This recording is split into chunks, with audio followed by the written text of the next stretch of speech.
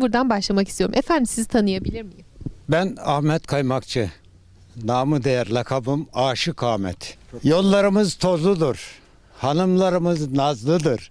Dertlerimiz içinde gizlidir. Sizler açığa çıkarabilirseniz teşekkür ederiz. Benden bu kadar. Evet, ben Osman Çakar bu köy halkından birisiyim. Bu köyde ikamet ediyoruz. Dostun bahçesine yar yar bir poyraz girmiş. Kurudur hey benli benli dilber kurudunur. Eğmesini bilmez dalını kırmış.